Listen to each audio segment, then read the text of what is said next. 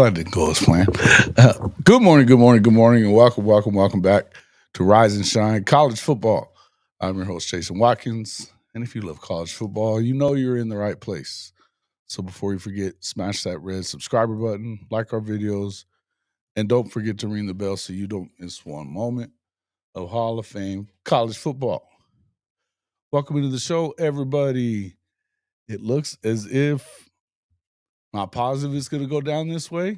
You got a couple people saying the other way. Well, Brandon Drum, I guess, doesn't believe that it's going to happen, but some Oklahoma fans may be getting their wish about DeMarco Murray taking off and being the new running backs coach at Penn State instead of in Norman, where he played his college football. We're going to wait and see how that all turns out, but I want to know what you guys think. Are you excited about that? Do you hope he does go? Do you hope he doesn't? What's going on? Welcome in. Eric Reherd, Drewski, Brandon Snake. What's up, guys? Good to see everybody in here. Martin Diablo says, well, bye. I was thinking about that one earlier. The different ones. Bye, Felicia. Any of those other kind of deals that you might hear. Let's see. Sitting at home, got snowed out. All right. It's a good days to not have to go anywhere. Good deal. What's up there, Drewski? How you doing this morning? Welcome into the show. If Murray leaves, we lose a good recruiter. I think he needs to stay. Well, I think there's other people that can recruit. Now, I would say that there's the possibility that could. I guess the question that I would have is, who do you lose with him? Because I think there's a possibility that some of those running backs jump into that spring portal as well if he's not going to be there. We do know that he has recruited very well. You know, Taylor Tatum is there by and large, because of DeMarco. But also he's, playing baseball at Oklahoma as well. I think that had as much to do with him choosing OU as anything else. The fact that, the way it worked out with Kyler, whenever he was a baseball player as well. I believe that probably has something to do with it too. Welcome to the show, Neelio. Good to see you, sir. As far as who would leave, who wouldn't, it's tough to say.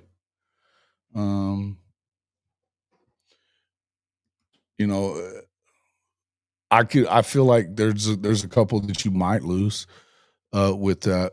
But I don't think that it's everybody necessarily, and I believe that, like, at the moment, I feel like X-Rob stays for sure. I do believe that Taylor Tatum would probably remain in the fold as well. I could see you maybe Torrey Blaylock. That's a possibility. You know what I mean? But I'm not sure about Torrey either. Something I go back to, and I know you guys are all watchers of Big Trap, Trap House Booming. And he's spoken with Torrey's pops a few times, because I know he was a little surprised, right? Whenever Blaylock had committed to Oklahoma, and because he felt like it was a room that it's going to be tough to break into. I think that's the case no matter what. It would be a tough room to end up breaking into as well. Now but I remember that, if I remember correctly, it feels like he said that he was a big fan of the entire culture at OU, and what Coach Venables and his staff, and not just in terms of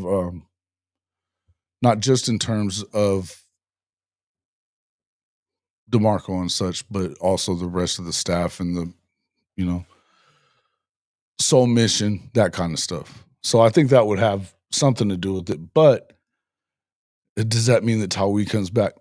Now, Brandon, no, I don't think so. I think Tawi is and where did he end up? Oh, he's at Cincinnati this season. I don't think so. I think that bridge, they were fine. I know that they weren't during the season. His last season, there was reports of some kind of blow up there. When Tawi came on the show with us that day, for a little while and talked a little bit about it, he was he had no intentions of saying anything bad about DeMarco. He's a fan of DeMarco as well. There was some concerns there with him, I know, and I think the whole room that you're about the same things that most, I think, Oklahoma fans have a problem with when it comes to DeMarco Murray, and it's his rotation, who he plays and when and why. Because at that time, you were getting it's a lot of weird mixes that they had going there, and guys that were playing that, Marcus Majors was getting a lot of time, and I believe that Tawi kind of felt like he had earned his spot, and Marcus really hadn't that season. So, but he wouldn't say anything bad about him. He would not say anything bad about him. We didn't even really ask him to, but he made it very clear that he was still a fan of DeMarco and fan of Javante Barnes and that kind of stuff. He felt like he was kind of odd man out. He wanted to be the lead dog in a room, and that wasn't really going to happen at Oklahoma. Is why he wasn't there. Nope, Tawi's got at least just this season. He has at least this season left there, Duke. Good morning, sir. Welcome in. Yeah, let's see. Must see the writing on the wall with BV last season at Oklahoma. This isn't BV's last season at Oklahoma. If that's what I'm not saying, not seeing exactly what you mean, unless, yeah, I'm going to tell you that unless they go 4-8, 5-7, something like that, and it's just a complete meltdown, whatever, I don't think that that's going to be the case. I think that Brent Venables, with the hires that were made, and you have, Arbuckle has a 3-year deal. I'm just let you know now, and with the recruiting, this is also has as big a part of it as anything else. I don't think that Brent Venables is going anywhere, even if they went 6-6, 7-5. It's not going to happen. It's $35 million that they would pay him alone to walk. And that's not including the rest of the coaching staff. It's not including all the players that you would lose with that, probably, especially on the defensive side of the ball. Make no mistake, you can say what you want about how last season went, and there's plenty of argument to say that a lot of it had as much to do with injuries as anything else, and you can blame that on Venables if you want, but I don't believe that that's the case. I don't think it was his fault that things went the way they did, but I think that they are in a situation where they've built a kind of roster that can go win. Okay, we talked about this on Monday a little bit. I would see what we were saying on Monday, and what's up there, Derek? My guy. We were looking and talking about what they were saying on the Athletic, and how they were moving down, and I don't agree with it, and I don't think any of us agreed with it when we were talking about it. Was that, look, they were talking about production for guys that were leaving the program, and there was no production for the guys that left the program for the most part. The best production that for those guys that left the program was from Deshaun McCullough, as far as who they were mentioning in that. You bring in a guy like John Mateer, you still have a good quarterback room, and you have a good system, a good play caller in place. That's already a net gain, guaranteed, over Jackson Arnold. Then you also look, as much as I like Nick Anderson, he didn't catch a single football last year. So you can say whatever you want to say about, Giovanni Gibson being a FCS guy. He's an FCS guy that put in production a year ago, unlike Nick Anderson. And Nick Anderson was a guy that was hurt in his freshman year at Oklahoma as well. So really, he had one season where he produced, and we're expecting big things from him at LSU. Now, I'm a fan of Nick. I think he could be huge for LSU, and I hated to see him go. But in the end, I don't think that you're in a bad position. With the guys that we talked about, you got Sategna coming in. You've got what is his name? Oh, Lewis. The receivers they got coming in, they all produced last year, you know. And if you look at Giovanni Gibson, FCS or not, 6'3", 215, running a 4.5 or high 4.4, 4.5. That's going to translate anywhere in the country, no doubt about it. And you've got a quarterback that can get after it as well, plus a good running back room and an offensive line that looks a heck of a lot more. First of all, hopefully healthy once you get to the season, and secondly, a lot more athletic, I believe. Not to mention the fact that your defense, as much as Deshaun McCullough, I think he's going to be very good if he can stay healthy, but it's an if there. When it comes to that defense, they have a possibility of being one of the best defenses in the country, period, at any level. So I don't look at this as a situation where I think Brent Venables is – I think his seat is warm. I don't think it's as burning hot as a lot of people do. I'll just let you know. What's up there, Big Unk? Yeah, you don't believe it? Yeah, I just don't think so. I just don't think so either. Now, if it completely fell apart, yeah. 4-8, whatever. But I can't imagine. If you look at the rest of that staff, you're probably throwing away $100 million. I think there's certain places in the country that will do something like that. I don't think it's in Norman. Texas A&M may be able to afford to pay Jimbo $70 million to run away. Oklahoma can't afford that. They just and I don't think you would really want that, and I don't think you get what you look for. Even if you think that Venables ain't the guy, I don't think you end up with what you are hoping for if they were to make that move. I just don't see that as an option for them. It's just not something I see they do. I still think we need to find linebackers and a good cornerback this spring portal. Okay. You don't like the linebackers, huh? What T? Who do you? Are you talking depth wise or whatever? Because I think they're in pretty good shape linebacker wise. I think that they obviously need to be bringing guys in for sure within the next recruiting period and all that. But what's up there, Shouty?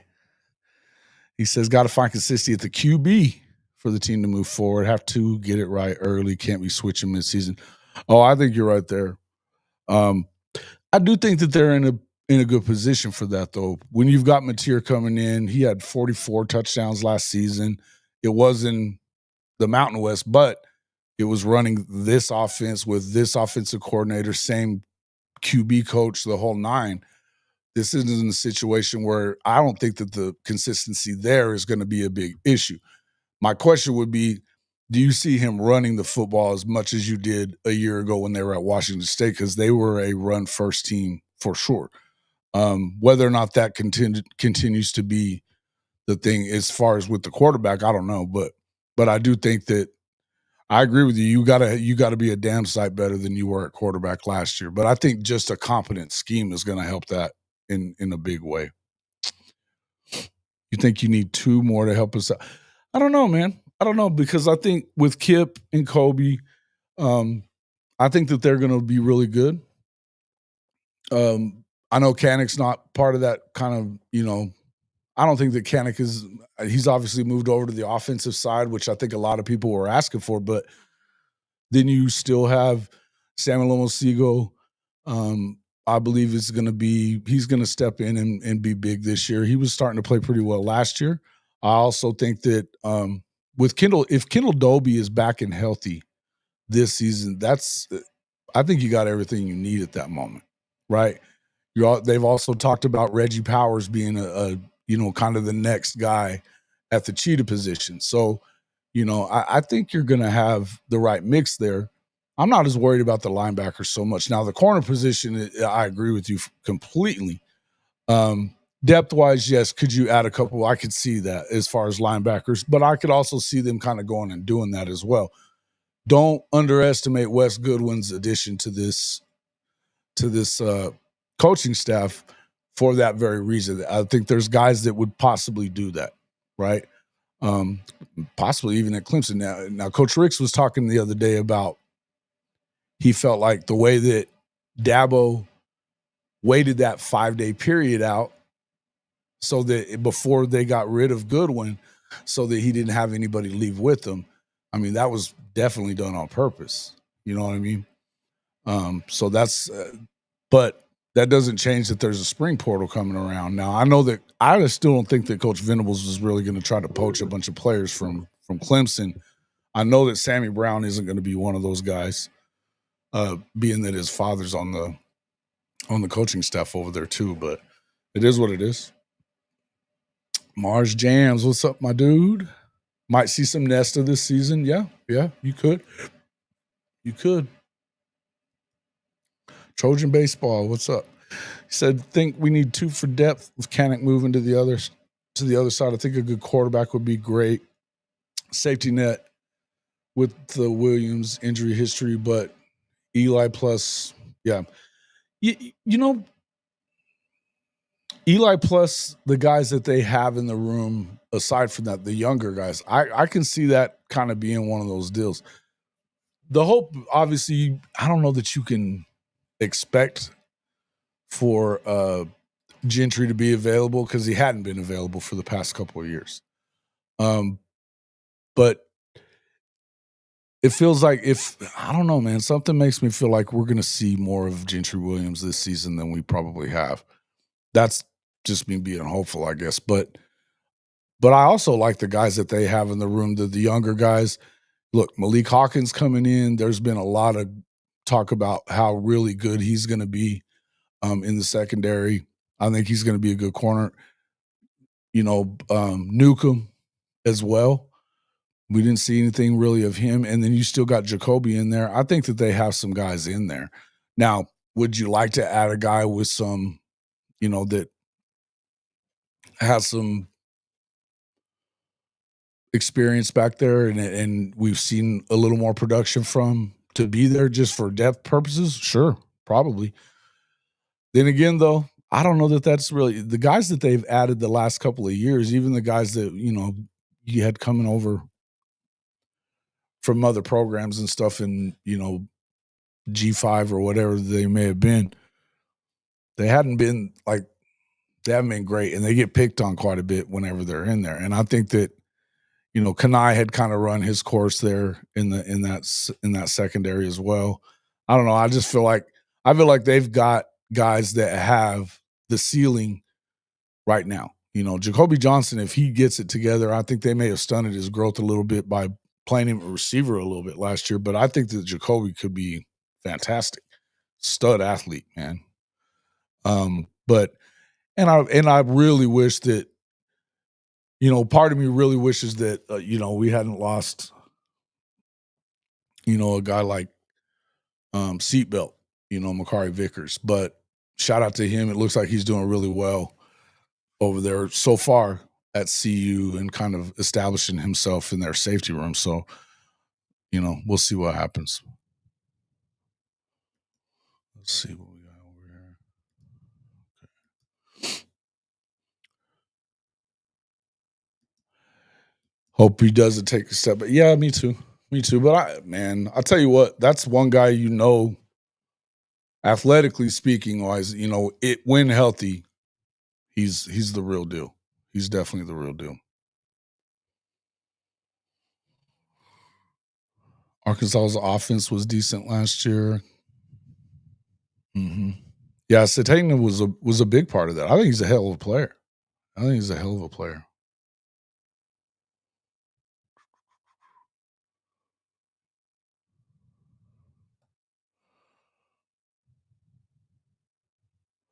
Yeah, if our freshman plays like Eli did last year, we should be fine. Yeah, listen, I mean, and I don't even know that you can necessarily expect that so much, but you know, I think part of it was that Newcomb was I could be incorrect about this, but it feels like Newcomb was I think he was a summer enrollee, and I just don't think that he was up to speed right as the season started. I don't think he ever really worked his way into that. But when you look at him and what he was athletically, I think there's a possibility he could be that guy. I think that Jacoby should. This is a year that Jacoby should definitely make a step forward in that room. You know what I mean? And I think that Eli Bowen is fantastic, man. That dude is as sticky as it gets, right? He's going to be in your back pocket no matter what. Ryan Williams made a couple of big plays, but you those guys are going to make plays like that sometimes. See, you're not going to make a stop on every possession of the year anyways, but I mean, you have to expect some of that. But Ryan had to work for everything he got in that Alabama game. I think that obviously he's going to be a better player this year too. And there's other guys out there like that. You're going to deal with Cam as well at Auburn in the first SEC game. There's some other dudes out there. Ryan Wingo you're going to deal with in the Texas game. There's some, receivers. Those guys are out there, man. Those guys are out there for sure. But I do think that I'm in a good position. I'm in a good place as far as what I feel about this defense. I think it's going to take another step forward, and I think it's going to be one of the best defenses in the country. I really do. The main thing, and I think K. Chris has talked about this quite a bit. That's the big concern that he and Unc have is having somebody the other side of our Mason that's able to get pressure and get sacks on the quarterback on that other side. If the D line is what we think it can be this season, I think that the sky becomes the limit there. Because if you're able to get pressure on those guys, then that takes pressure off of the secondary in terms of, anybody new you might have. I would still tell you another thing too, as far as the cornerback's concerned. I think safety-wise, we're so loaded in the back there. You start, and we were talking about Reggie Powers III being another guy that they envision being the cheetah of the future. I also think that Michael Boganowski, he's ready to go. You know what I mean? He's a free safety guy. I feel like he's going to be ready to rock and roll there. I know they're going to end up having a lot of three safety looks in this defense, but I do think that myself, and this is just my opinion, I think Peyton Bowen could very easily move down and play one side of the corner, or in the nickel position or whatever. I think that he is versatile enough and should really be kind of coming into his own. I think he's the kind of guy that could go down and play corner if you needed him to. And I think he might be very good at it. I know we've envisioned him as a safety. I think everybody did. That's why he was one of the 5-star safeties of that class. The only guy that was ranked ahead of him was Ethan, or was it? Caleb Downs. Caleb Downs. That was the only guy ranked in front of him in that class as far as safeties were concerned. So I like him as a safety as well. But I think if you needed him to move to a position where he played more corner, more coverage guys as far as a one-on-one, I think he could definitely do it. When we saw him as a true freshman running side by side with Andrell Anthony, one of the fastest guys in the country, and making a play on the ball. Saw him getting his head around on the football more than we saw Kenai Walker do it the whole time he was at OU. It's just the way I look at it, kind of. Yeah, I think Peyton is one of those guys that should have a huge year. Absolutely. I lost one of my earbuds here. Oh. Yes. Danny and Marvin can take RD to another level behind that, being that pass rusher on the other edge. Yeah, I think so, Unc. I think you're right. And I know that's one of the things that you and K. Chris have talked about a lot. I think that you get a lot. We're hearing a lot of stuff about PJ as well, that he may be kind of ready to make a big step forward this season, being his third year, that he's added some weight, some explosion and stuff like that. And hopefully he's a little more healthy as well, because I know he was dinged up quite a bit last year at times. So maybe we'll kind of see. But what are you guys thinking about this deal with DeMarco? Is he going to end up going after all? As Brandon Drum was talking about, he didn't think that was the case. No, I didn't. I'm not I'm not on OU insider, so I'm not sure that. Let's see what we got here. Whoa, I'm not sure that. Yeah, Brandon Drum was saying something about. I guess he had posted on there that he didn't believe that DeMarco was going anywhere. I'm not sure. I'm not sure what I think about that. I don't. Those are the insiders that I don't get inside and check them out too much. So, you know, I don't know. Did they have a show last night or anything where he was talking about that? Because everything else was behind their paywall. So, which makes me wonder if that's what you really believe. Why is that behind the paywall? You know, that kind of seems weird to me. Seems like that you would do that kind of to lessen the blow if you're not right. But I could be wrong. I could be wrong. Yeah, Trojan Baseball says if the front seven can get consistent pressure, it will help the back end a lot. Way easier to cover 2 to 3 seconds rather than 4 to 6. Absolutely, no doubt. Look what the Eagles shit. The Eagles did that in the Super Bowl without actually blitzing. I don't think one time. You know, they were getting it with just their 4 guys up front. That's it. Yeah.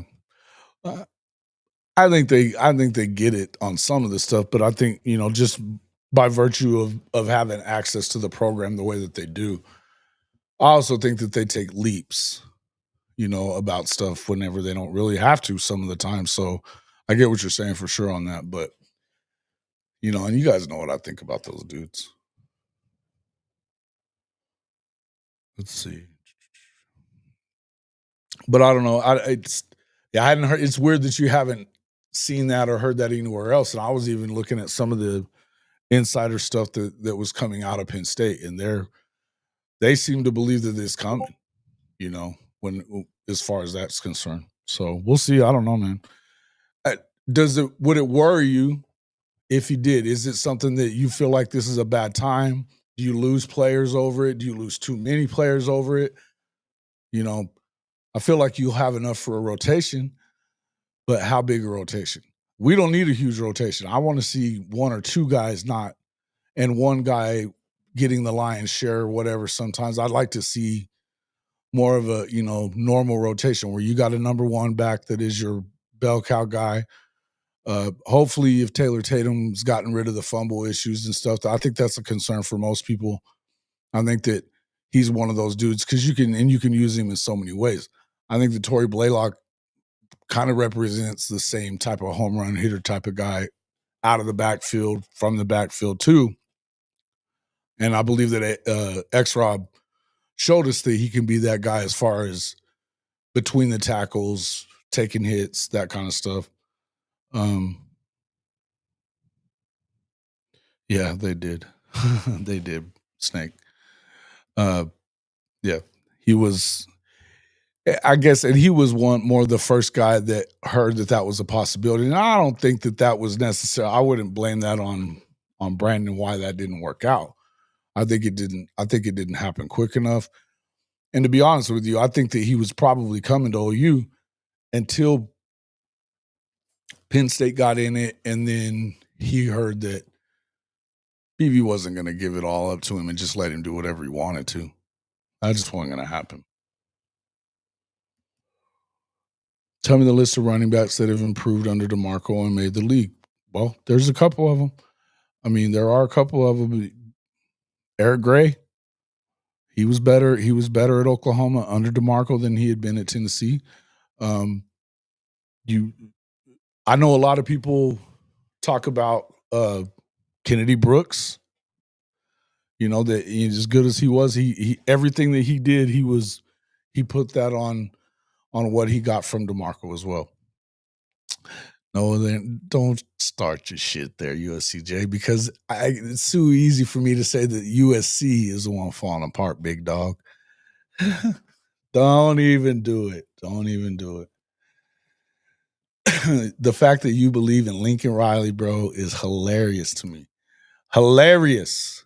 Welcome into the show, though, my guy. Hadn't seen you in a while. Yeah, I don't. Why would he leave that room now? I don't know that he necessarily does, but who knows? Who knows, man? But assuming he does, let's say he leaves, right? Who are the main guys that you would expect to be the next ones in line, right? I think the first one that you would look for and that you'd want to have. What's up there, Jay? As far as the talent's concerned, I think you're right to some extent. Trojan baseball. I think that, yeah, with the depth that they have in the room, the thing is you don't love the way that he's handled the room, though.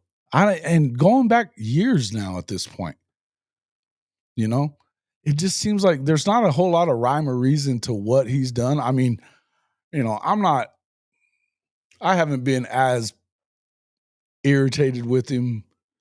Only, I guess, probably because it's the offseason I haven't. And I think that he does recruit well enough that you have to hope that maybe it gets a little better. Maybe Ben Arbuckle says, hey, we want to go with, Ramondre.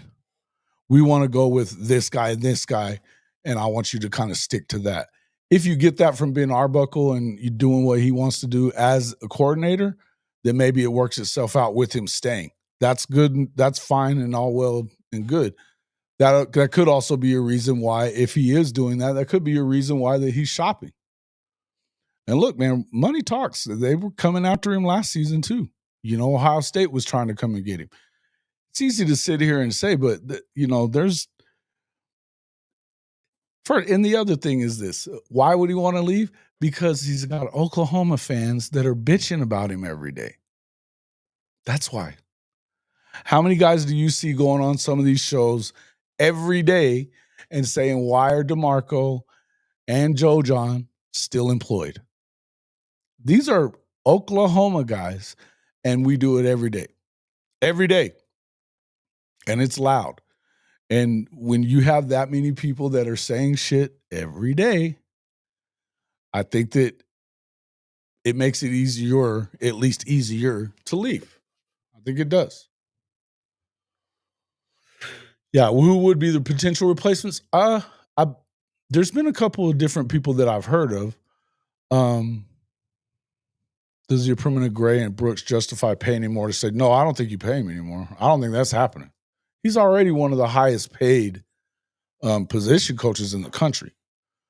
I think there's maybe a couple that are a little higher, like Bo Davis or somebody like that.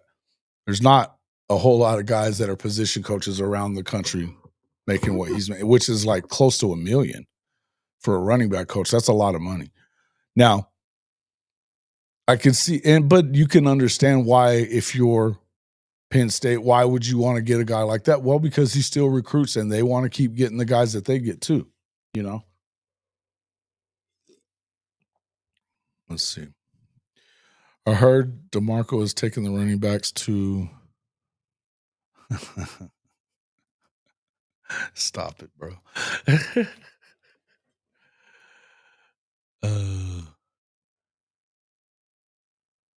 Was it?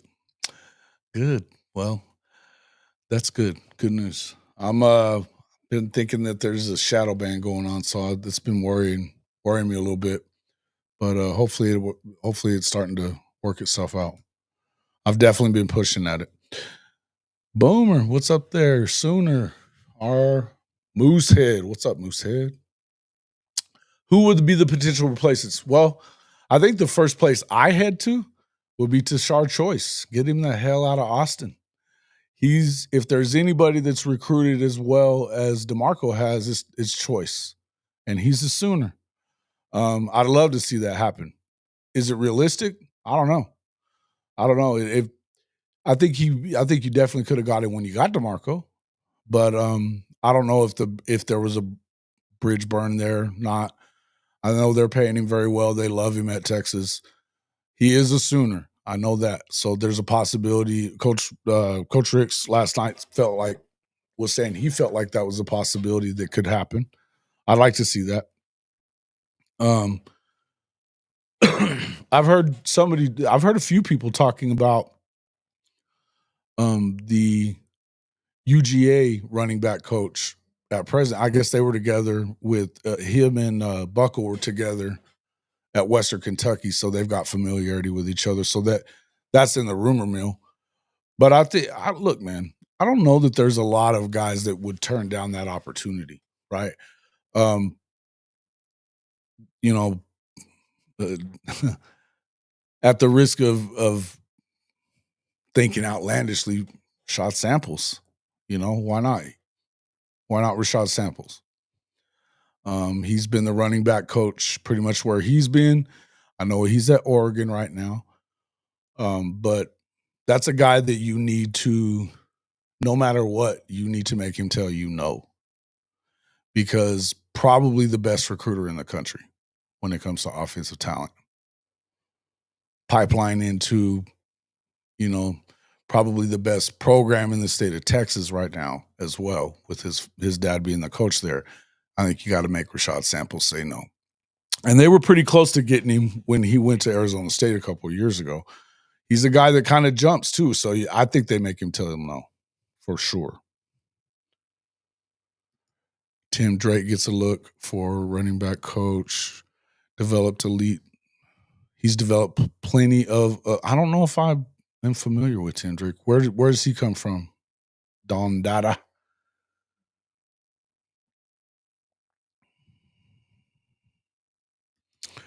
You're hearing that BV had his second pick ready 2 years ago? Okay. Who was it? Who it was? Yeah, hit the like, folks. Hit the like, hit the like, hit the like. We have, looks like about 70 people in the chat right now. We've had close to 200 as it is. 16 likes. Come on, crank them things up, fellas. Come on now. Come on now. Tony Elliott. Okay. I like Tony Elliott as well. I kind of forgot about Tony Elliott. Yeah, I like him. That could happen. He was the Virginia head coach, and he's no longer there. Hey, Dalen McCullough, damn good running back. Hey, man, you're not wrong on that one, Drewski. He's a damn good running back coach. Didn't he just take the Raider job? Feels like he just took the Raider job. Somebody said that the other day. May have been. I thought it might have been you that said that the other day. Yeah, I don't know, man. I think that, yeah, that'd be cool. That'd be cool. I don't know about that happening at this point. Although I don't think that Deshaun or Dave McCullough left Oklahoma because they were upset or anything like that. I think it was a mutual thing. I think that Deshaun, again, when we were talking about what we did on Monday, where, that stupid ass stuff that they were saying at the Athletic, I felt like that was talking about Deshaun. I think that he wasn't a great fit here. They didn't really, he was kind of without a position here because he's not a cover guy that should be playing a lot of cheetah. He's more one of them outside linebackers if you did have a 3-3-5 type of deal or, whatever, that he can be a stand-up rusher. And I think that you're going to get that opportunity other places than here. Plus, he needs to stay healthy a little bit more as well. But Deshaun McCullough I know that Venables is a big fan of his. I don't think that he's one of those guys that he was talking about and said you're going to have some tough conversations, over the offseason with some of these guys that I don't really want to have. I think that he was definitely one of the guys he was talking about. And I'd love to I would have loved to have seen them keep him along with guys like Macari and some of those other guys, but it just wasn't really, one of the things you could. Yeah. He was the running back coach at Clemson, right? Yeah. Thanks, Morris. Appreciate that. Yeah, choice would be nice, and it would hurt. It would hurt Texas. Absolutely. I think you do it as much for anything because he is recruiting fantastic at Texas. As much as anything, you do it just to get him the hell out of there, right? And he's an Oklahoma guy, right? But if anybody's recruited as well as, or better even, you might say, then what? than what DeMarco has over the last couple of years. It's been him.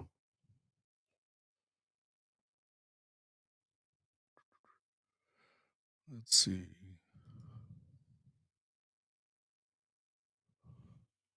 Still a blank page by record in year one in the SEC. Well, we'll see what ends up happening there. I'm not too worried about that. All the new hires buys him some time. Yeah, I was saying that earlier. I don't think this is, I've got to end. I think all indications are that unless it completely falls apart this season, that they're going to bring Venables back for at least one more. I think he's got 2 years. I do. I don't think that you hire a guy like Ben Arbuckle and give him. I think he's what, number 2 or 3 as far as salary for a coordinator or for an offensive coordinator anyway in the SEC. I think that okay, yeah, Drake was the head coach for Temple. Okay. That's right. I forgot about that. Okay, okay. Yeah, man. And well, if you were the one developing Zeke was a bad dude, man. Zeke was a bad dude in college. Yep. Hey, man, I'll tell you what, Urban Meyer's coaching staff is as good as, I mean, he always had as good a coaching staff as anybody. I think especially when you look at that, well, hell, both sides of the ball, really, and I think that you have that here at Oklahoma right now. On the defensive side of the ball, they are loaded up with coaching. Just unbelievably good there. On the offensive side, it remains to be seen, but I think that Ben Arbuckle being the up-and-comer that he is, I think he's gonna be that guy. He's got some connections in some places that I think he'll bring in a guy that'll work very well. I think that no matter what, it would work very well. Good morning, Kimberly K. Thank you. Hope you're having a good morning. Yeah, I don't care what they're saying.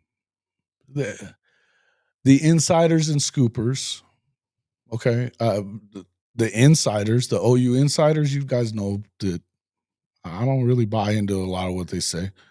And I think there's a reason for it. As far as the Sooner scoop guys, I like those dudes. I don't think they're right about that. I don't. And I mean, you've heard stuff coming out of there from all of them, really. When it comes to the scoop guys, and again, I like them, but I don't think they're right on this. I don't think that you're out of here if you go less than 8 wins this season. I just don't see it because again, you got to look at that in terms of not only do you lose, it's going to cost you a shit ton of money. This isn't Notre Dame. This isn't Ohio State. This isn't Texas A&M or Texas that you can afford to throw away $100 million on coaches on their contract buyouts and stuff. It's going to be upwards of $100 million, and that came from the Sooner Scoop. Stoya was talking about that. They're not going to pay them. They're not going to pay Venables $35 million to walk unless it's a complete shit show this year. Worse than it was last season. And I can't even picture that happening, that you have that many injuries and that many things go poorly as you did last season, which it turned into 6-6. It would have to go worse than that. And I don't know how you really expect it to happen. In my opinion, from what I can tell, and adding guys at the amount of time that you gave Arbuckle, you're talking $1.6 million for 3 years to start off with. You've got a quarterback that theoretically you've got 2 years with Mateer, depending on how it goes. I don't believe that at all. And they've got a lot of money invested in him too. Nah, they're not firing Brent Venables unless they just have to. They're not, man. I think a lot of people are behind them. And it's easy to sit here and blame everything on BV. But I think that even the insider and scoop guys or whatever, they're emotional sometimes too. They really are. Just like the rest of us Oklahoma fans get emotional. I don't believe it. I don't believe it's going to happen.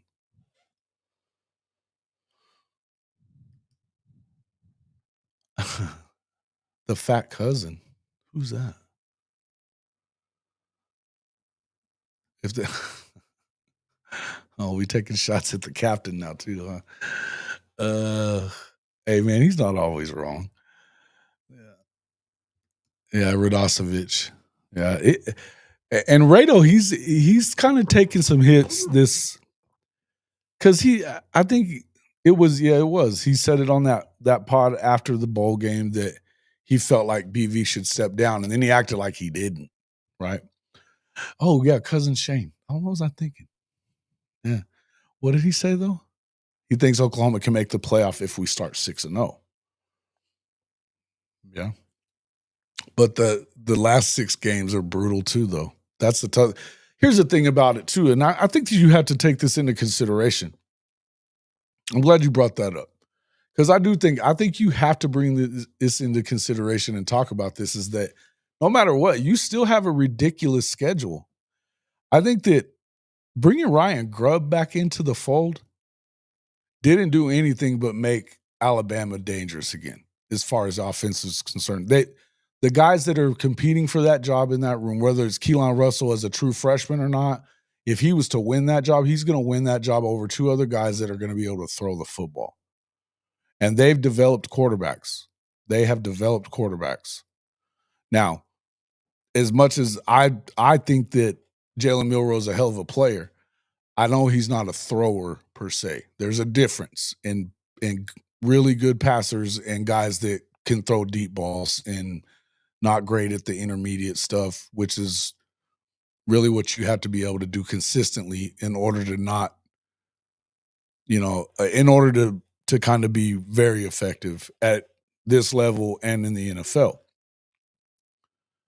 We saw Jalen Hurts win one this year, but up until that, when is the last time that you saw a guy that's just a deep ball guy and short passes deep ball and can run a little bit? When's the last time one of those guys won anything in the NFL? It just doesn't happen very often.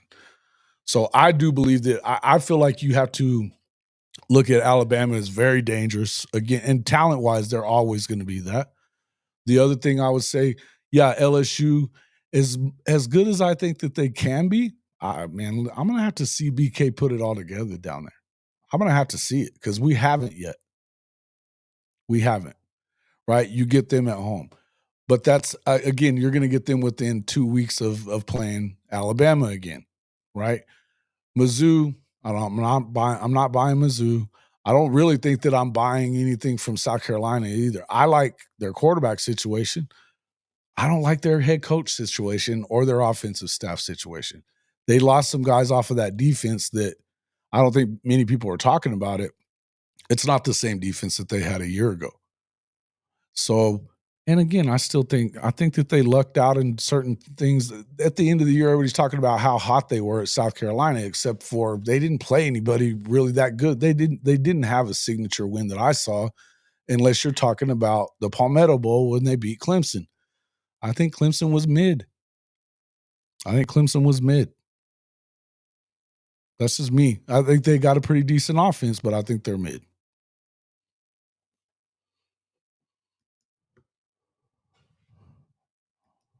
Just a tip, huh? I'm a BB believer also. Not at first, but he won me over. The schedule with the turnover injuries and yeah, freshman quarterbacks played a factor. Of course it did. It had to, right? It had to. And look, the lineman situation, not having and then we're talking 6, 7 even of your top receivers that just weren't available for you last year.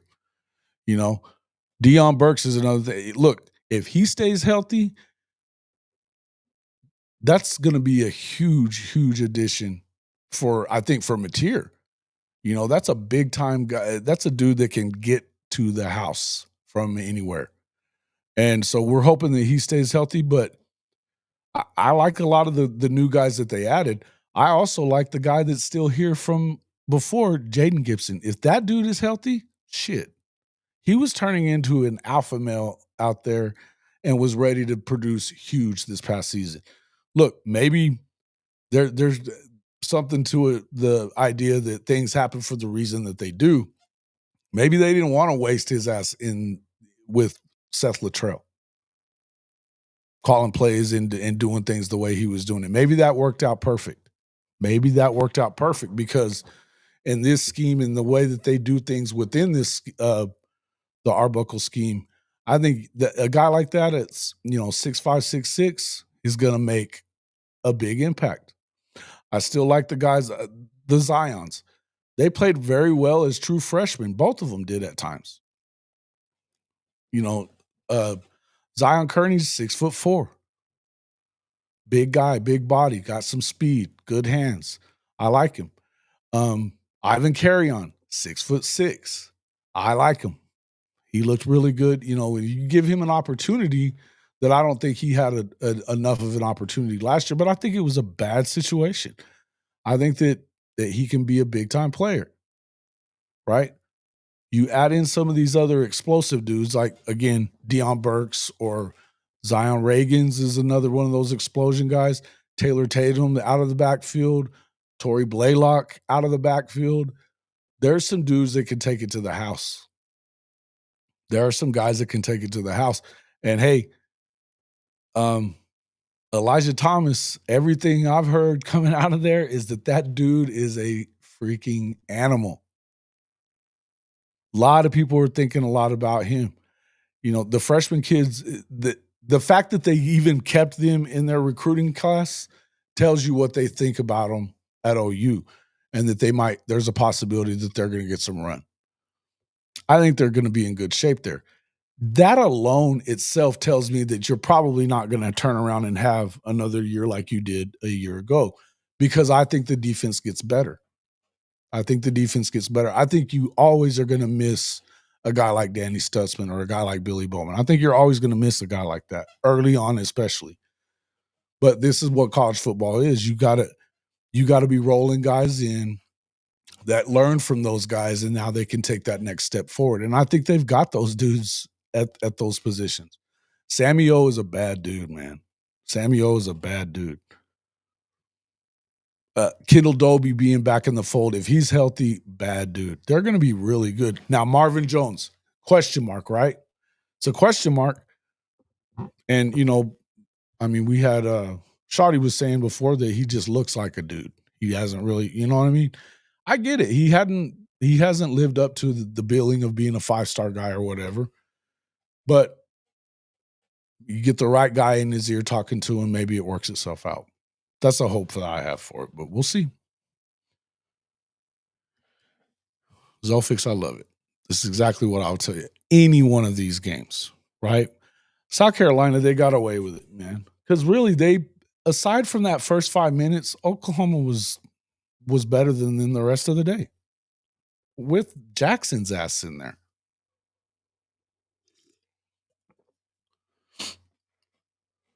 Yeah, you got to control the ball, Johnny boy. You do. Oh. What's up there, Ganj? What are you up to, man? Good to see you. OU's defense kept them in games. OU's defense will win OU games this season. Win games. I think that what you're hoping for, and what K. Chris was talking about this before, that we kind of have seen what Brent Venables defenses do when they have an offense, right? You go back to when he was at Clemson. They had dudes. They had a good running game. They had guys like Deshaun Watson, Trevor Lawrence, and they had big-time receivers as well, right? Now, once he was leaving, that was when, when we had Big Dave on here, he was talking about the fact they didn't have the same weapons when DJU was playing quarterback there. And they didn't, I think the first 2 years of Klubnik, they really didn't have the amount of weapons that I think that you would want to have. I think that a lot of that shit goes on Dabo. But I think that when you have a really good offense and a quarterback that can get it done, because we know Deshaun Watson was that dude in college. We know that Trevor Lawrence was that dude in college, right? What they are in the NFL is a little bit different. But what they were in college was a guy that can get out there and get it done. I think John Mateer can be that guy. I do. I think that Michael Hawkins can be that guy if you need him and if you get him developed the way I feel like he's going to get developed this season as well. We still got a lot of time before the season. I think those dudes can both be that guy. The guys they've got coming in the future can be that guy. That room is not suffering really.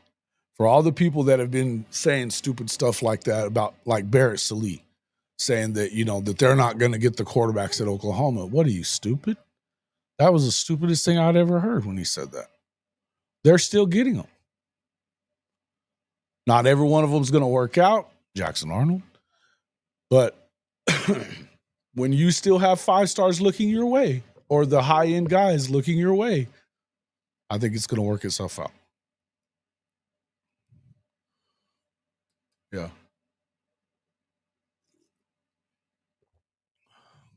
I'm not bashing Jay. He wasn't effective, and he was look, man, the guy's got a confidence problem.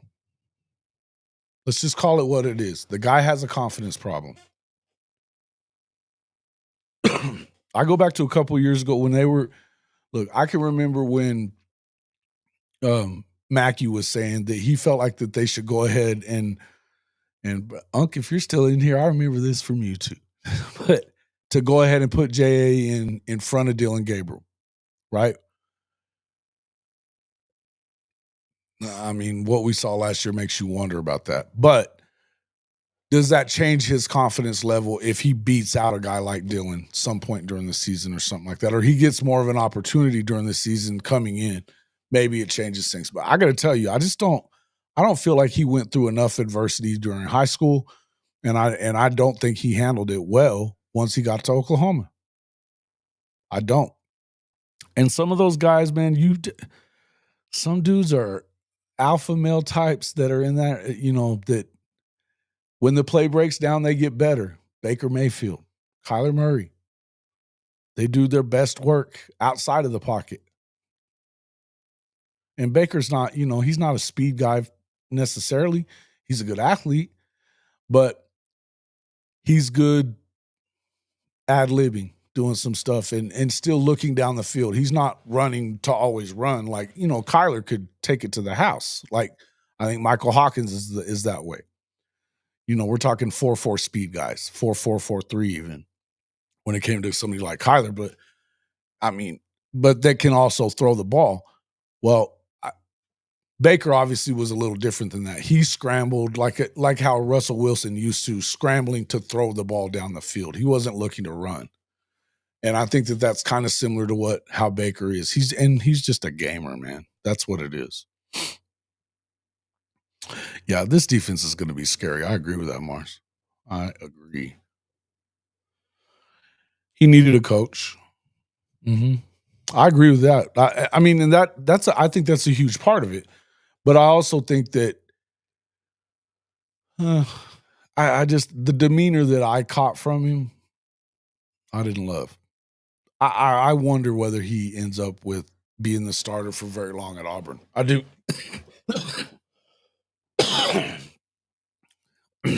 I could be wrong, but I don't really see it.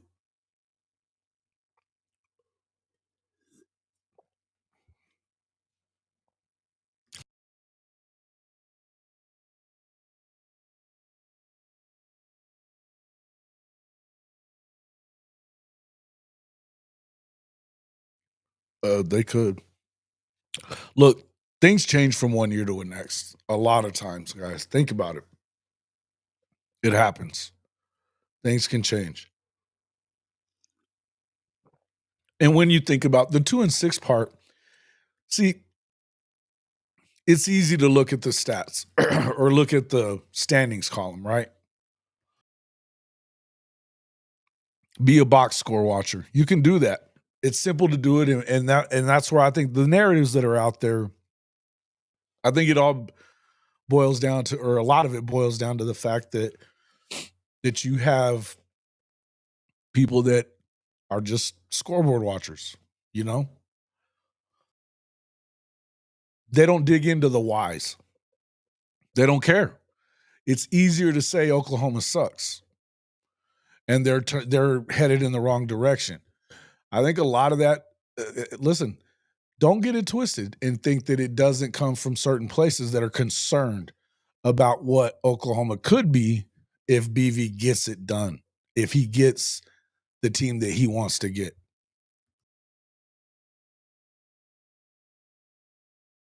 Because if he does, it's trouble for everybody in the SEC. And nobody wants to hear that if you're not a fan of Oklahoma.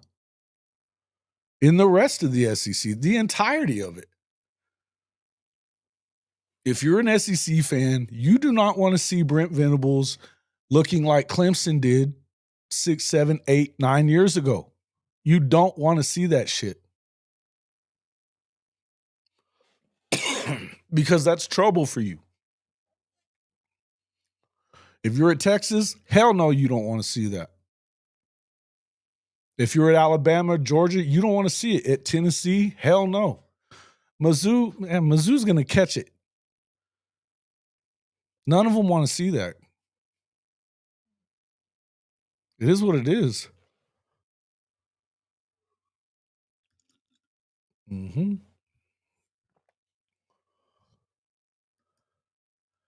That's true. Clearly not an athlete. Facts.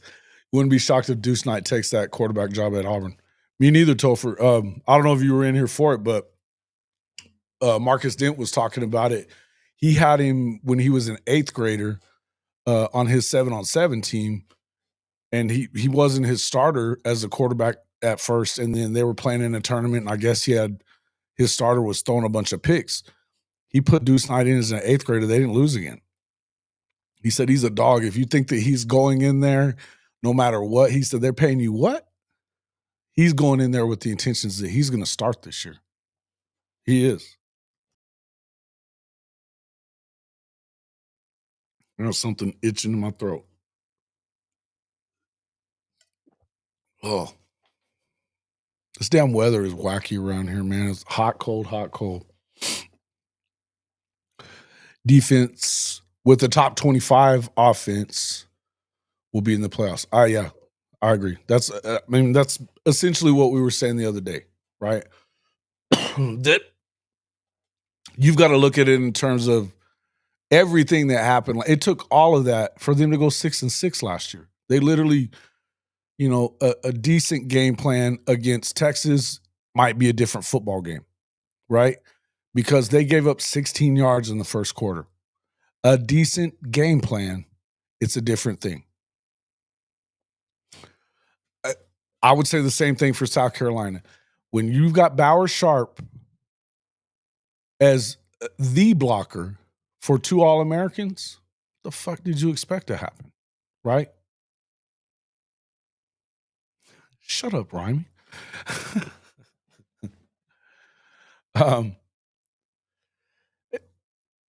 What did you expect to happen? You know what I mean? And then, look, they put together enough of a decent game plan to go into Ole Miss and lead at the half, but it kind of fell apart after that. I think that Joe John was in just over his head a little bit.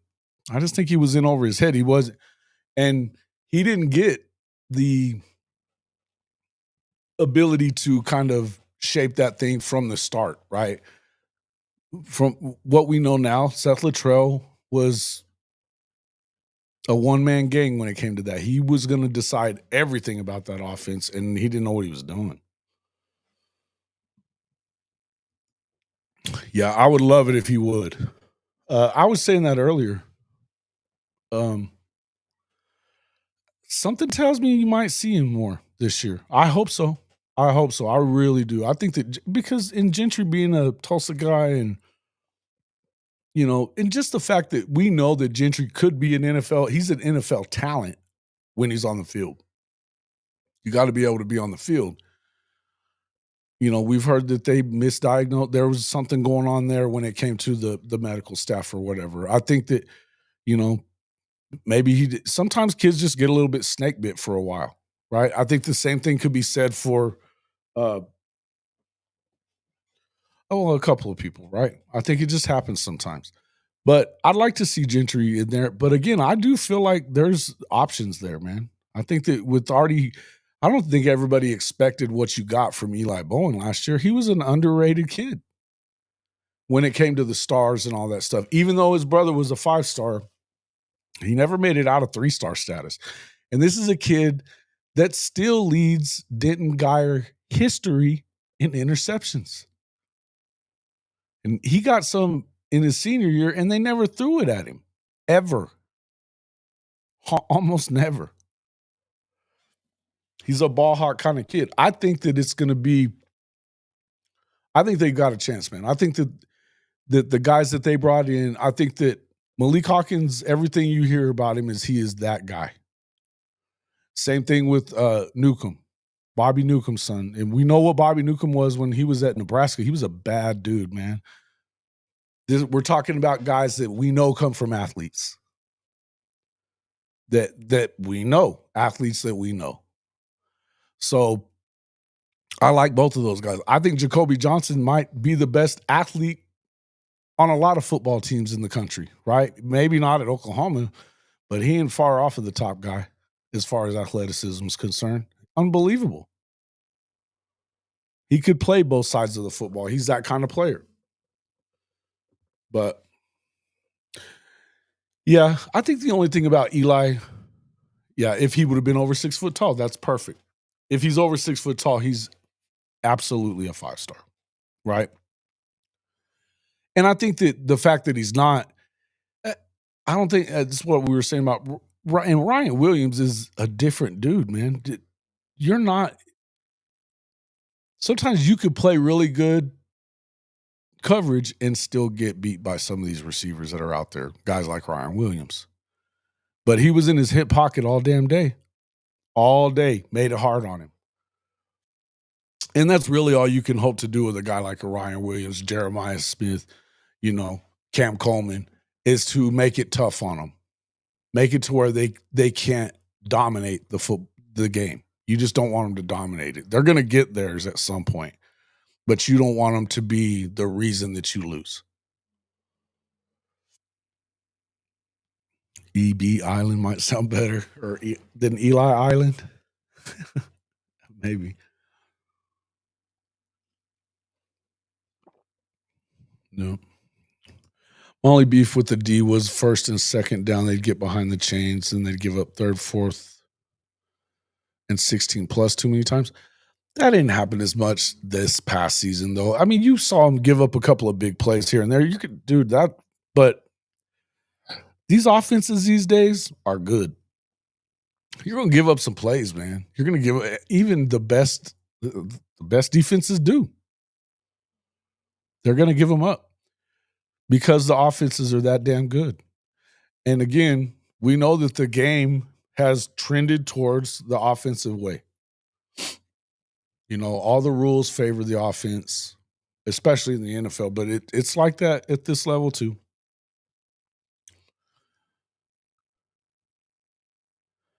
Hey, 1,500 plants to water? Damn! That's a lot, bro. Nice. Well.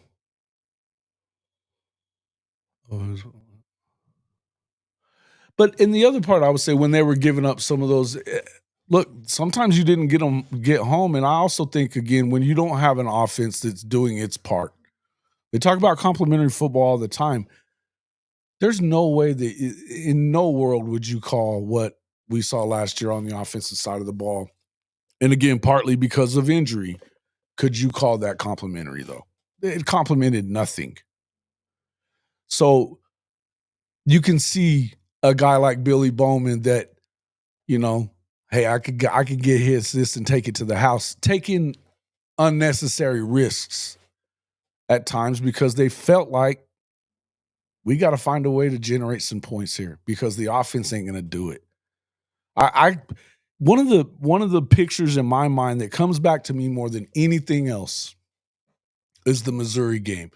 Deion Burks pleading and yelling at Jackson Arnold to throw the effing ball down the field. And Jackson doing this, basically.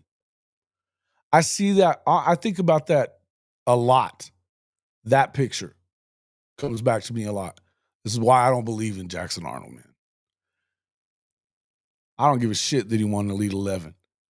He didn't throw the ball down the field like that whenever somebody was coming out for him or when they weren't a lot last year. A lot of his fumbles and stuff were with nobody around. Yeah. Yep. Yeah, I've heard that too. Well, the Stoops brothers were a lot more about man, and he's never really been a man guy, right? I kind of agree with that. Yeah, yeah. Yeah, he said that a bunch, actually. I've heard him saying that.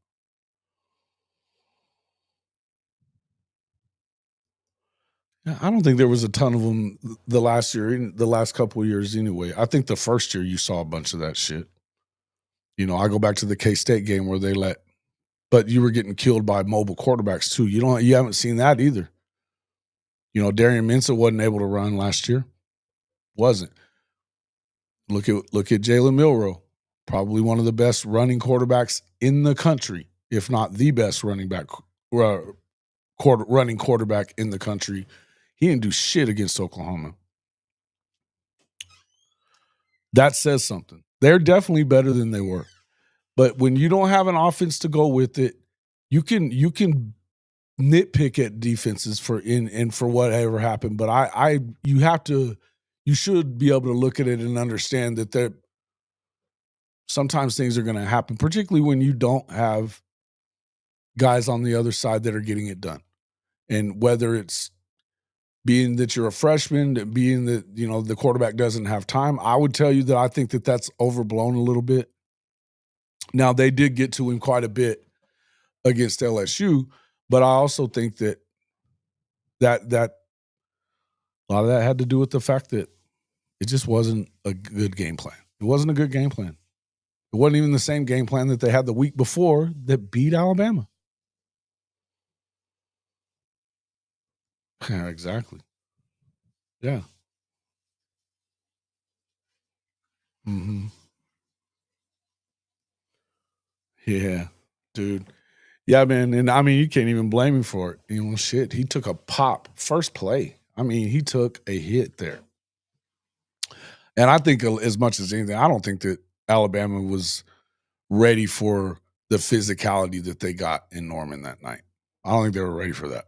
I don't think they expected that.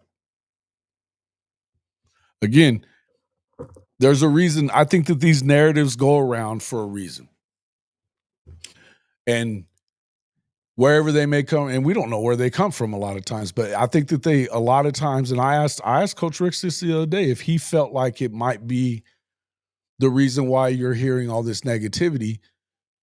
Do you feel like maybe it's because they don't want him to succeed because they know he's getting close? Yeah, I do. I think that too. We still have to see him put it all together. I'm not going to sit here and tell you that 100,000% sure that that's going to happen. But with the talent in the room and knowing what we know about these guys, especially defensively, it's hard for me to believe that they just forgot how to do it. I don't believe that. And I think that Arbuckle is upcoming. There's a reason why he was so well respected throughout the country. I was talking to JJ Kitchen. He was like, dude, you guys are going to love him. I don't know why he would know anything about him. He said he knows a lot of coaches. But I was like, well, wait, what do you know about him? He's like, dude, the guy's amazing. And I'll tell you that since having now watched, he wasn't my first choice. Arbuckle was not my first choice. I don't even know that he was my second choice. Now that I've watched both seasons that he was at Washington State, and I watched as much as I could find of Western Kentucky, I like that dude, man. I like that dude. Chicken. What you doing, man? Yep. Yeah, absolutely. That's what I'm saying. I I absolutely believe. And look, man, you can't want that. If you're a fan of any program but Oklahoma in the SEC, you don't want him to do worth it. You want him out. You know, it, think about Texas fans that do this shit, and they do this a lot. they sit there and talk about how bad he is, how bad. But I've seen a lot of Texas fans saying they got to get rid of BV. They got to get rid of BV. If I'm a Texas fan and I've beaten BV twice when, the quarterback situation was bad, both times that I beat him. But if I really believe that he sucks, I want him right where he is. Because I'll tell you right now, I still want Sark right where he's at. I don't believe in Steve Sarkisian. I do not believe in Steve Sarkisian. I think that he's had the benefit of a light schedule, really the last 2 seasons. Pretty good quarterback. Offensively, they're good. Defensively, they've been okay. Last year, they were better. But how good were they? I don't know that they were as good as – they were better than I thought they were. They were particularly on the D-line. I don't know that they're the same this year. And I want to see – well, let's see what happens when they go up against Georgia again this season, Florida in the swamp this season, Oklahoma's defensive line with this new O-line. 4 out of 5 guys, new dudes. We're going to see. And even though, yes, they still have an easier schedule on paper than what Oklahoma does, they still have some tough games. They got to deal with a very talented Ohio State team. It's the new Ohio State team, too, with a new quarterback. I still think that's a tough out in the shoe. Tough out. You got to deal with OU. I think, and that's the week after Florida in the swamp, you get Oklahoma. Great situation. Oklahoma wins that game this year. Then you got to play Georgia and A&M again. And you never know with Arkansas what might happen. I'm telling you, man, it could go the other way for them this year really easily. Might they be good again? Yeah, they might. Arch better be everything he's been advertised, though. Everything he's been advertised. Or else it could get ugly. Do I think he's better than Quinn? Probably. Do I think he's as well, I don't even know how I want to say this. Is he as prepared or is he – I mean, I think he's going to have some of those rookie moments. I do at points. I think his upside is bigger, though. Ooh, Passport Ninja coming in here with a hot take. I like it. He'll be RB1 at the end of the season. I like Torrey Blaylock, bro. I'm a fan. What makes you say so? Give me some context, man. Give me some context. Sark's good until it's first and goal in the 5-yard. He's not good at thinking on his feet so much, man. Always seems to come up short.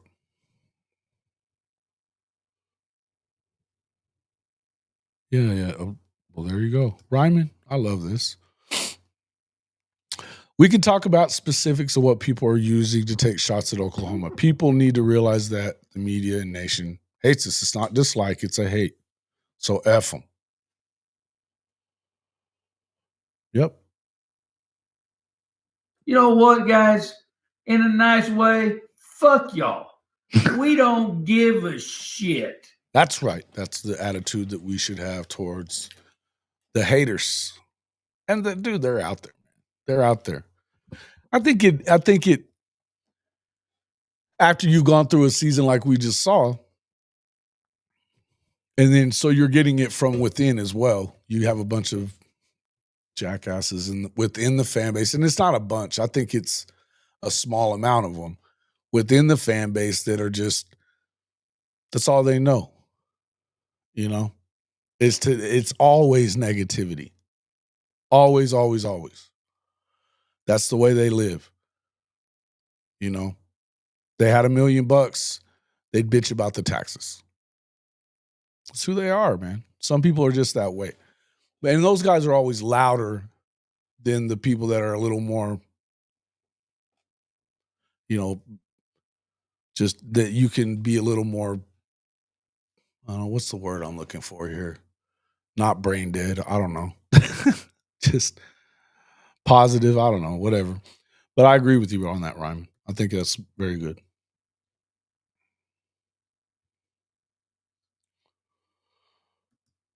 Been getting that Lincoln Riley treatment. Everything right at his feet. Mhm. Imagine if the Sooners were to have Missouri's schedule for the next 2 years. Yeah, exactly. Look, and that's what I'm saying. I think that they've had the benefit of Texas has had the benefit of that. Missouri's had the benefit of that. I think you're going to beat both of those teams this year. My concern games, but I still think you have some games that are sketchy, man. I think that you can go to South Carolina and win. I do. And I think we owe them one for sure. They talk a lot of shit too. but the reason that I think that they go to South Carolina and win is because I don't believe in Shane Beamer at all. Especially if it's a close game at the end. You know you're going to win if it's a close game at the end with them. They're going to get their ass kicked. Probably more so if it's at home. I don't expect a loss there. I don't expect a loss there. I don't expect a loss against Mizzou. I think that Ole Miss, you're catching them at a good time. I don't think they're going to be near what they were last year, and I think you could have beaten them last year. I just don't. So those are I guess you expect a win there. The Michigan game, I think you should win that one too. It's at home. You've got a freshman quarterback most likely playing. Now this, he may be very, very good, but I think that BV can put a freshman in the blender, right? I think he can. I think they will put him in. They'll throw things at him that he will not, and particularly by week 2, he's not seen that shit. I think that sets up well for Oklahoma. So the games that I am worried about, the home game against LSU at the end of the year, I think LSU may be dangerous. Now, again, I got to see BK actually put the whole thing together at LSU, and we haven't seen it. I don't think that we can't see it. We haven't, right? As far as that scary, they have that danger team on them. Harold Lawson being back is big for them. I don't think you can overstate Nussmeier being back. I think he's a bad dude. And then, whether Nick is good there or not, and I think Nick very well may be very good there. I think he could thrive if he stays healthy. But if he isn't, I think that they'll have 3 or 4 dudes that came out of the damn swamp and turned into just super gods as far as receivers are concerned. They're going to be a pain in the ass. And Alabama, with Ryan Grubb back there calling plays and developing their quarterbacks and the talent that they have, not even just Ryan Williams. They got other dudes. That offensive line is pretty good. All of a sudden, and you're playing them in Tuscaloosa, that's scary as all hell. Tough game. It's not a game that you can just say you're going to go in and win in Tuscaloosa. You can't. Do I think that we may have their number? I hope so.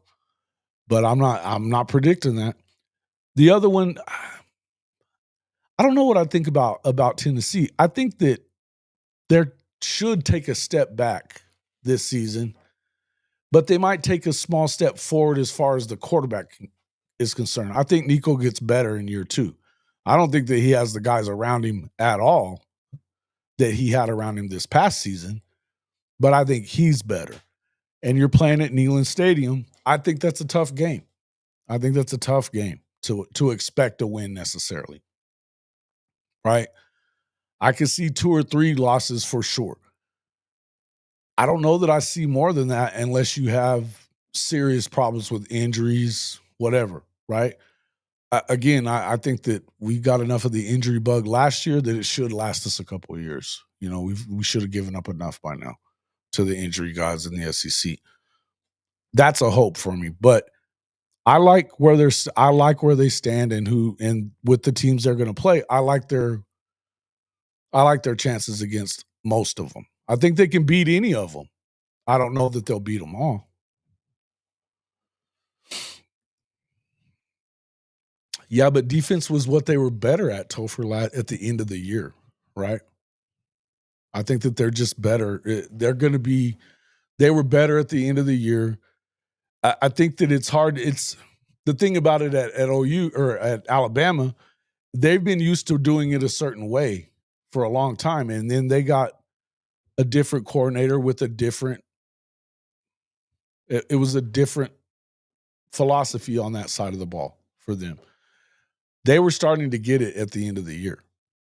And make no mistake, there's no lack of talent. If they just understand it, you think about it like what we saw in the first year. Yes, they didn't have the guys, but even the guys that they had in first year under BV, Danny was lost at times in that first season.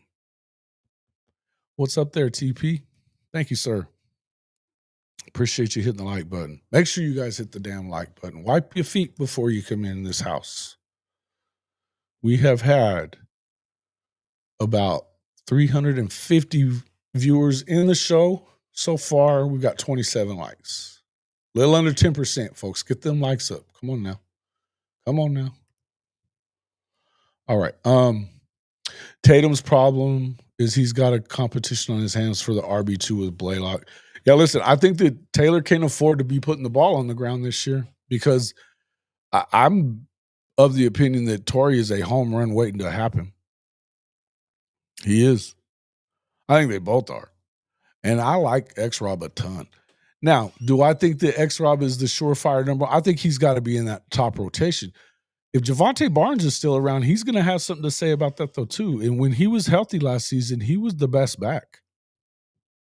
Make no mistake, he was. It took a while for him to get there, but he was that guy. Now, if DeMarco is indeed leaving, that's the number one guy I think leaves with him because he's a DeMarco Murray dude. Vegas kid. They are big fans of DeMarco. Big fans. I like X a lot. And I think that was another thing. It was a shame that they didn't run him. They didn't run him in that LSU game. Right? Hey, man, thank you. Thanks, man. Hey, there's Unc. I knew I'd catch you with that one. Well, if DeMarco is indeed gone, I'm gonna go out on a limb and say that Javonte won't be far behind him. Javonte will not be far behind him. I didn't say they were going to be better. I said that I believe Nico will be better as a player. I don't know what that equates to when I don't think that they have the same football team. On either side of the ball. You lost James Pierce, I don't think that they're the same. Now, what you do have to remember was that defensive line was stupid deep. Stupid deep. They had 8, 9 guys just on their D-line rotation. They were good, man. They were really good. If their defense finds a way to be what it was last year or near that, they're still going to be a pain in the ass. And I think that playing in Neyland Stadium means something. Unless, of course, you jump ahead of them and it shuts it and they get real quiet in there, which would be great. Because otherwise, I think you got a damn fight on your hands. Yeah? Yeah, I think so too. I'm okay with DeMarco and Barnes going. No worries. I'll bet what will produce big plays. Yeah, well, I mean, they're going to find another running back coach. And I think that this is never mind what the negative Nancy's are saying to you. It's always going to be, if you are a running back guy, an offensive guy, you want to come to Oklahoma because Oklahoma gets dudes at those positions. Receiver, quarterback, running back, and lineman. You want those. You want to be coaching the guys that come to Oklahoma, right? I just believe that.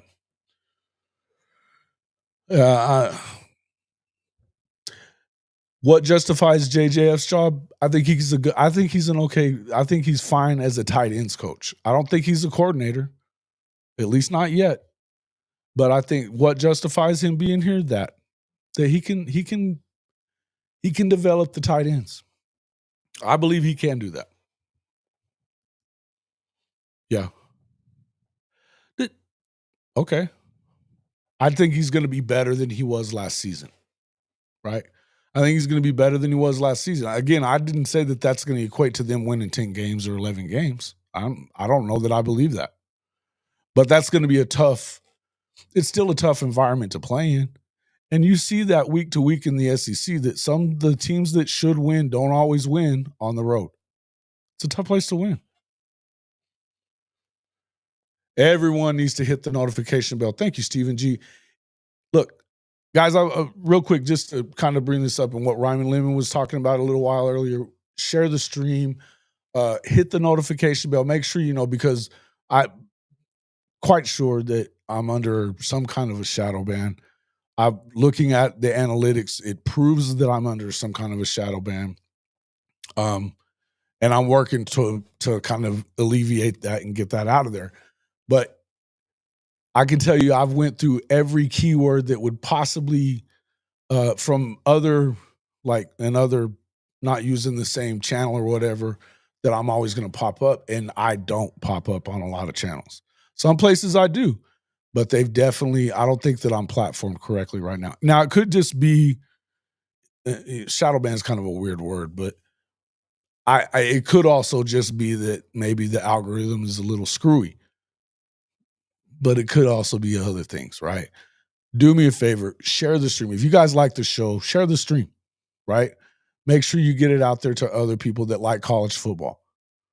I'd appreciate it. Hit that notification bell, because you might be one of those people that doesn't see the show pop up on your search screen, your home screen on YouTube. You may not, right? So yeah, exactly. There's a difference.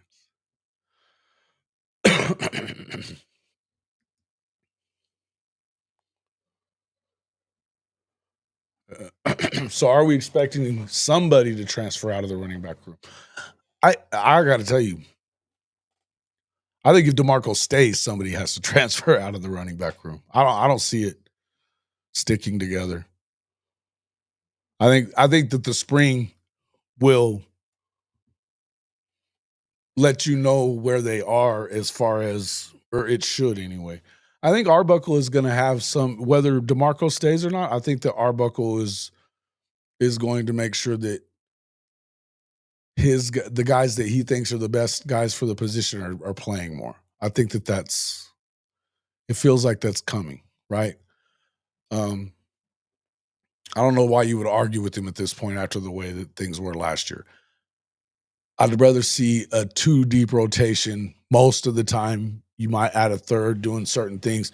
I think that that's where I like Torrey and Tatum, because I think that you could use them out of the backfield a little bit and still get them involved in places, and they don't have to be part of the 2 deep as far as running the football so much, you know? And the good news is with Blaylock, he's a freshman.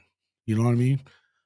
They didn't come I don't think they just came to Oklahoma expecting to blow up in year one. Now, I think that they think they can, but I also think that there's going to be some level of patience there, because they knew coming in.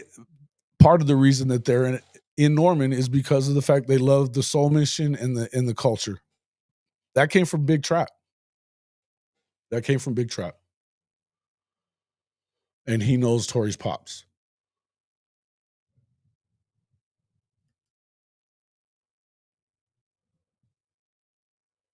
Hey, man, yeah.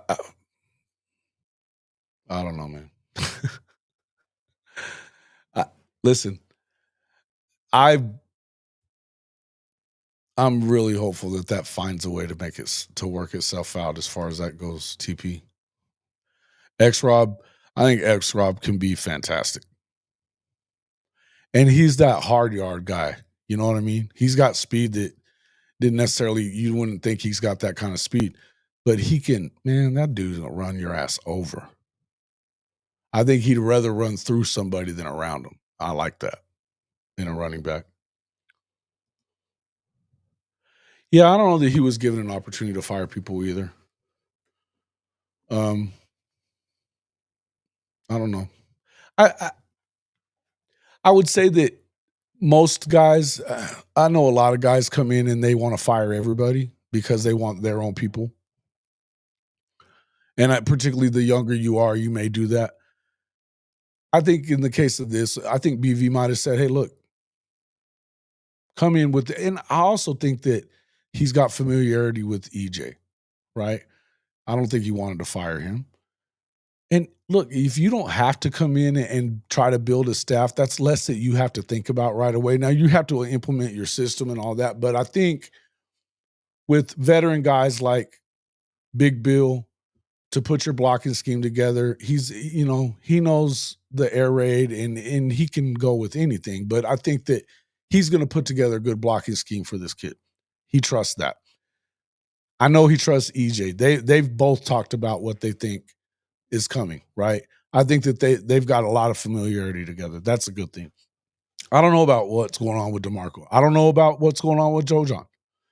But Joe John doesn't have to worry about running the offense anymore. He just needs to get what he can get out of those tight ends. That's less for him to have to worry about. I think Joe John's going to be fine. And I hate talking bad about Joe John. I loved him as a Sooner. Do I think he was a good play caller? No, I don't. No, I don't. Do I think that I don't know that he needs to be a coordinator. I know there's other places that think highly of him when it comes to that kind of stuff. I don't know that he had the right opportunity, but I know that that's not a thing here and now anymore. It's Arbuckle's turn. They're going to see what he's got, and I think that he's really good. I think he's really good, man. I've watched a ton of their film. I love the way he mixes it up. I love it. I think he's going to be good. Yeah, T. And Kimberly K was in here. Yeah. She works during the day though too. She doesn't always have a comment unless we're talking about something that she's got an opinion on. But she's here. But yeah, I think a lot of the people aren't. I can tell you that I went from 3 different accounts, and then we had it was Sooner Cherry Bear. He actually went through and did a video screen share from his channel, from his search, and from a couple of different keywords, and it wasn't finding my channel at all. He had to physically look for Hall of Fame college football and like type that in manually for it to come up. That's what I'm saying. Now I'm hoping I can get this all worked out, but it's concerning, man. I've been putting a lot of damn work into this thing for a couple of years, and so it's tough. I feel like this would have been a bigger growth year as far as that goes. And I know that the last couple of months I should have grown a little more than I did.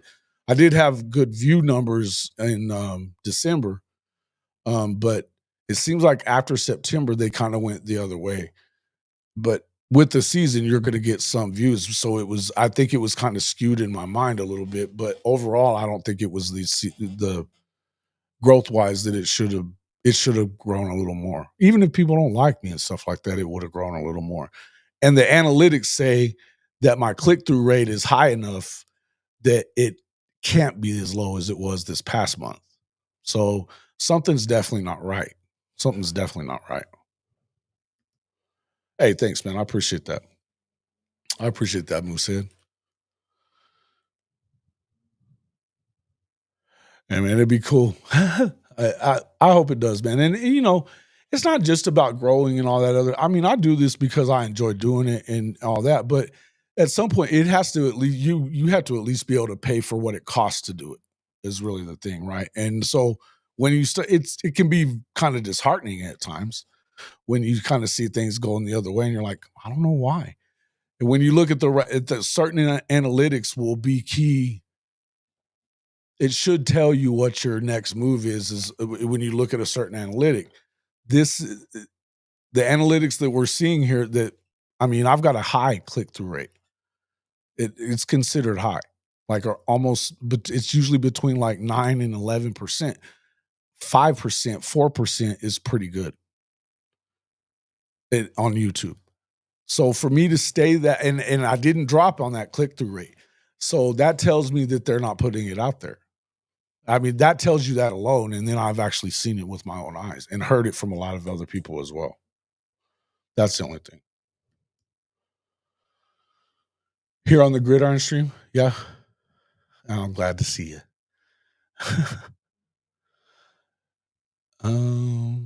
Yeah, dude, Tory Blaylock.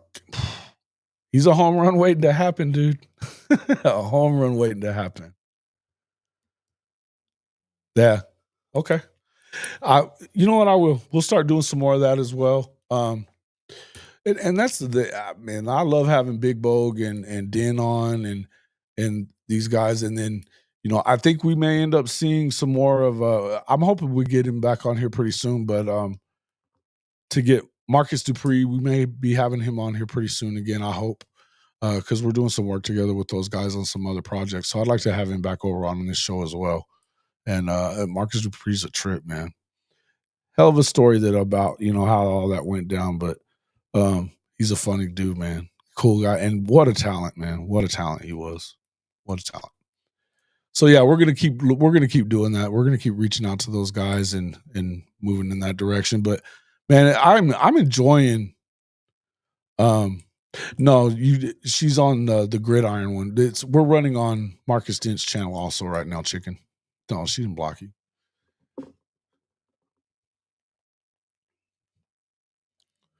Let's see. But yeah, I hope we get a lot more of those guys in the future. While we're talking about it, though, make sure that you guys do get over to these other streams as well. I mean, it's important for all of us as content creators to get more subscribers, more views, more stuff like that. And it helps us out just to hit that like button there. When you get a subscriber, it's supposed to spur the algorithm, right? For instance, though, what we were talking about this morning, I went and looked on one of those, one of my other accounts that I have, just like a Google account, and I'll use it for testing just to see what I'm getting. And I hadn't done it as much lately until I started realizing this was going on. But the Gridiron Insight has around 200 subs, I think, right? Because they're a brand new channel. And it popped up immediately the second that I put the stream up there. It immediately hit his search screen. It hit that other search screen for his channel running this show. It didn't for Hall of Fame College Football running it at all. And we got 4,000 subscribers. So there's something weird about it for sure. Yeah. Thank you, Kim. Okay, that's true. It's not really, yeah. Thank you. And I appreciate the opinion. I do.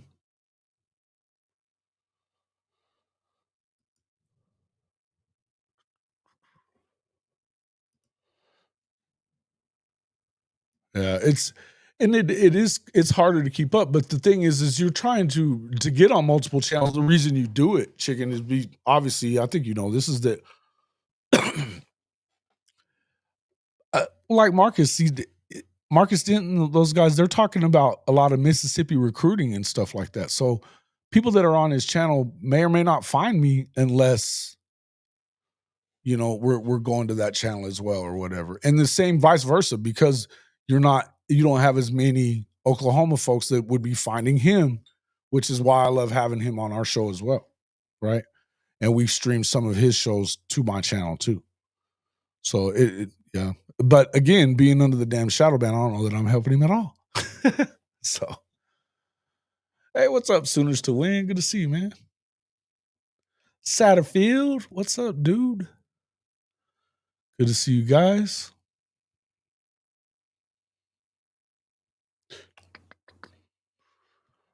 Yep. Anyway, though, I think it's going to all work itself out. All right, guys, we've been going for 1 hour and 46 minutes now. We're going to go for about another 15 minutes. Tell me, guys, what do you think? Do you expect DeMarco to actually move on over to Penn State? Is that going to happen? I've got a couple people on Twitter thinking it would be stupid, or that he could be a traitor if he does take that job. What do you guys think about it? I know a lot of folks don't care at all. I know a lot of people don't care at all. What are your thoughts? Give them to me here before we get out of here. Hey, check it out. Giovanni Gibson, man, dude, his pictures that he's got of him wearing Oklahoma gear, he's a big kid. He's a big kid. I think Giovanni's going to be a good player. I'm excited about Jaden Gibson this year, though, too, man. I really am. The Oklahoma breakdown, they're asking for the call your shot stuff. What OU transfer portal edition are you most excited about and why? It's a great question. Man, I love that show. They're so good. Those dudes are good. He's not going anywhere? Yeah, I think he probably would it surprise me if he stays? Nah. He does have it. He kind of has it his way here. You know what I mean? Now there's a percentage of the fan base that can't stand him, but I think he's doing okay as far as that goes.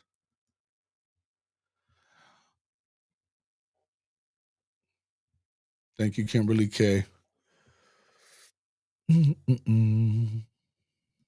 Yeah, if he does move on, so what? He'll load that position also. Yeah, I'm not worried about it.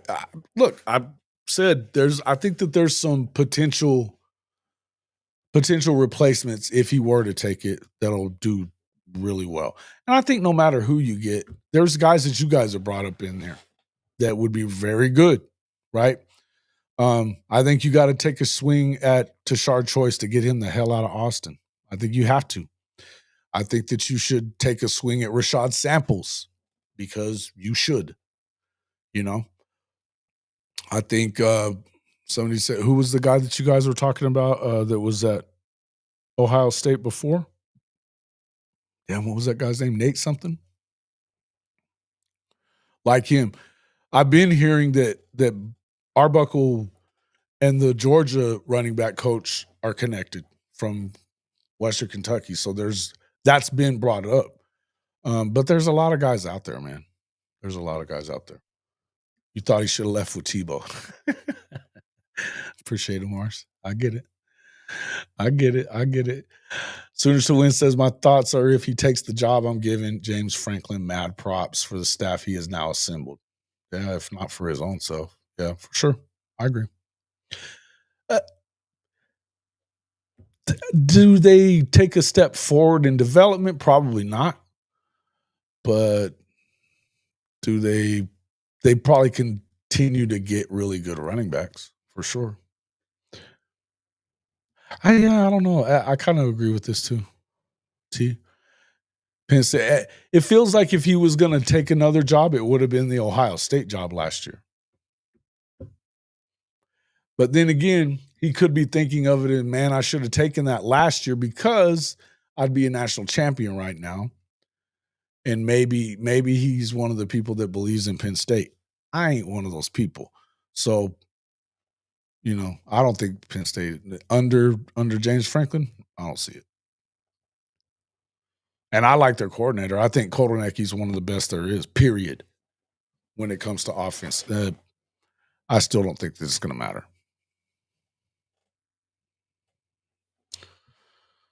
Correct.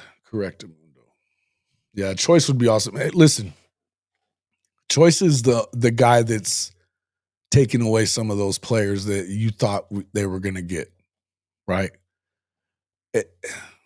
Rashard has too because, his connections there. But and I mean, in Choice he's a Sooner, man. I hate seeing him there. Hate it. Like, hate it. Don't like it. Especially when they keep getting good damn running backs. I don't like it. Stop it, chicken. Don't bring that shit up. I'll put your ass in timeout. You know I will.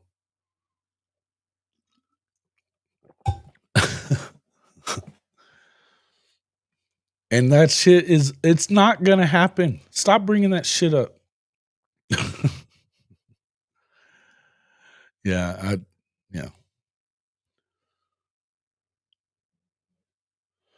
He'll stay one more year and go to the NFL next year is what Passport Ninja thinks. Okay. I can see that. I can see that.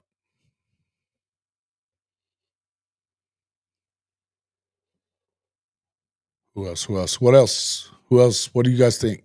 Give me the rest of it.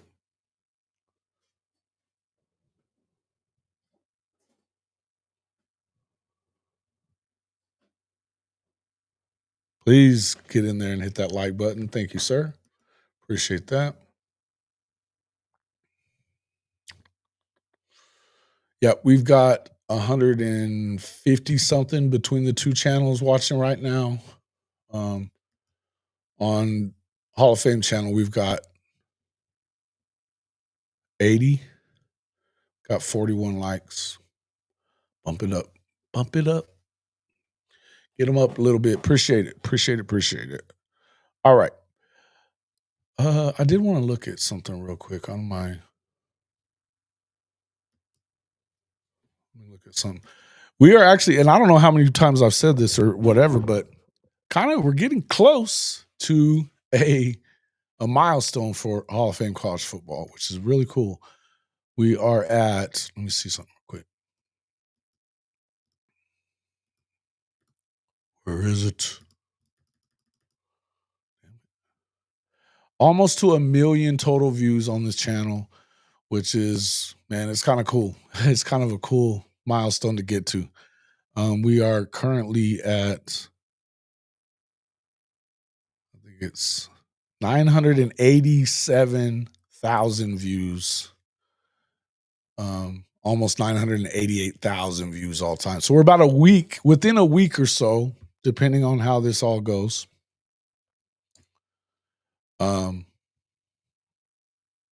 From hitting kind of decent. So that would be awesome. Appreciate it too. Hey, thank you, man. Appreciate it. I'm glad you like it. Almost 1 million. Now, I know there's a lot of channels out there that have hit double, triple, whatever that, you know what I mean? They've been around a little longer than me too, but it's still a milestone for us for sure. So I'm super excited about that. I appreciate all you guys for being loyal watchers of the show. And most of you that are in here and we're talking and interacting, you are. And I appreciate that. So, but the million for me, man, I didn't think I'd get 10 people to watch this damn thing. I'll just tell you. When I started, I think I've told this story a few times, but Big Trap is probably is the reason that I still do it, because I think it was like the second time I'd done the live stream. I was by myself on it. The guy that helped start the channel with me was busy. They were having a baby and stuff, and then he ended up just too busy to do it. But I was fixing to quit. I think it was showing in that live stream that night, and it was the night before a game or the night after one. I don't remember, one of the two, but there should have been enough in there talking Oklahoma football. Nobody was in there, man. I think there was 3 that it was showing in there right then at that moment. And I was going, shit. And nobody was interacting with me at all. I was fixing to get done with that thing, and I was going to erase the channel. I was done. And all of a sudden, Big Trap pops in there, and he starts talking to me in the comment section. And then the next thing I know, James Thrice is in there, and I think Satterfield, I think you were in there that night. And I know Hankster was in there. And all of a sudden I had like 50 people in there, and everybody was talking with me. And Big Trap was saying about how he knew how it was to try to have to do that in the content game. It was tough, right? And I was just like, but he made me realize that I needed to keep trying, right? And I think at that time I had like 200, maybe not even 200 subscribers. So when you look at that, and to where we are now, even at 4,000 subscribers, whether that should be more or less, whatever, it doesn't matter. To get to 1 million views whenever I didn't think I'd get 10 people to watch, because that night I didn't have 10 people watching. And then to get to here, it's cool for us. It's cool for us. Hey, Passport, thank you for the super chat. Personal opinion, Patrick Cobb is the best running back coach that no one has heard of. Yeah, I don't know who he is. Where's he from? Where's he at? You were there that night? I thought you were, man. I thought you were. Who holds the most banned on the channel? Oh, it's probably a Texas guy, but only because we just kick him out just to kick him out. Although Benji's probably not going to be back. He pulled some shit the other night. I wasn't dealing with it. I can't handle people messing with my peace these days. And it's not about, I don't care about disagreements, but don't come in taking personal shots and shit like that, man. It's crazy. Hey, man, thank you. I'm glad you enjoyed it. Glad you enjoyed it. And I like interacting. Sometimes I'm gonna, I bust chops a little bit too, though. I do.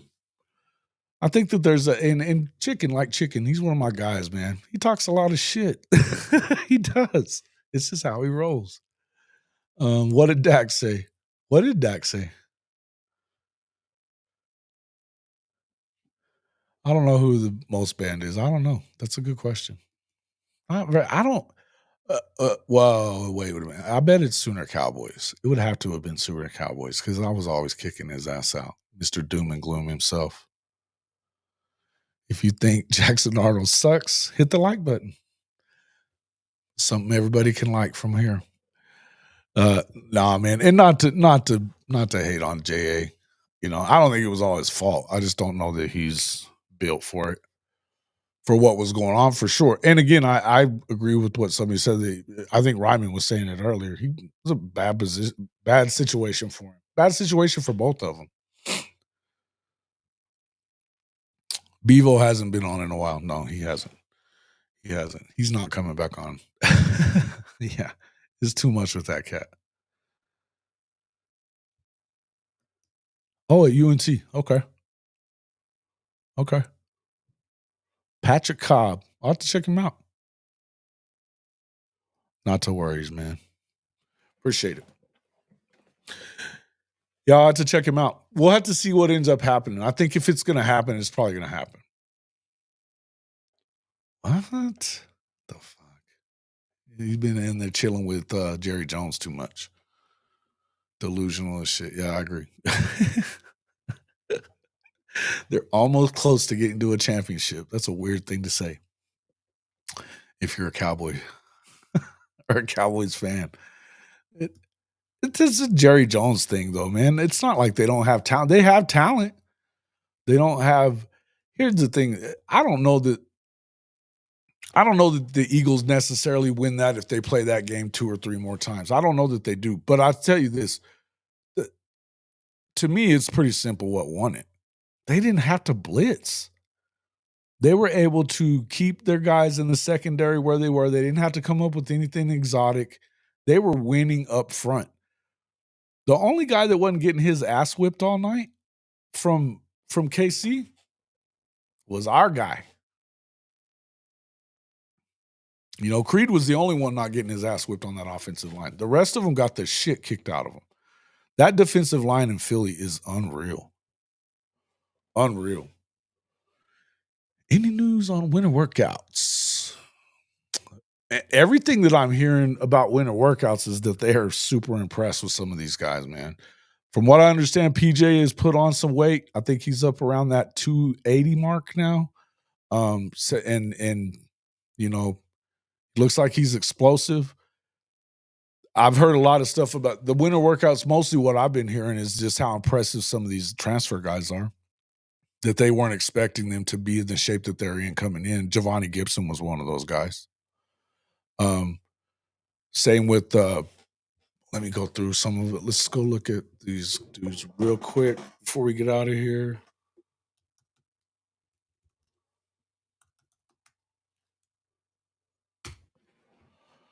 Let's see. Now, Keontez Lewis, they said the same thing about him. Apparently, Dim was saying yesterday that I think Backlinko he said that he's a big dude, that he was a big dude because they were talking about, we were talking about Isaiah and that, he had done, I guess he tested out pretty well in some of their, just whatever testing they were doing. I think some of it may have been running, some of it may have been lifting, but he didn't really say too much about it. But he was saying that he looked pretty good. And I asked him about the other guys, and he said that Fasusi looks good apparently. That he's been looking really good, and then I guess they were pretty impressed. Everybody's been pretty impressed with the offensive linemen that they brought in through the portal as well. So that's what I've been hearing.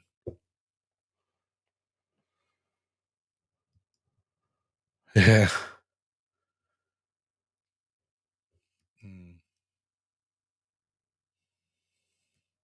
What's up, Bishop Frank? Good to see you, man.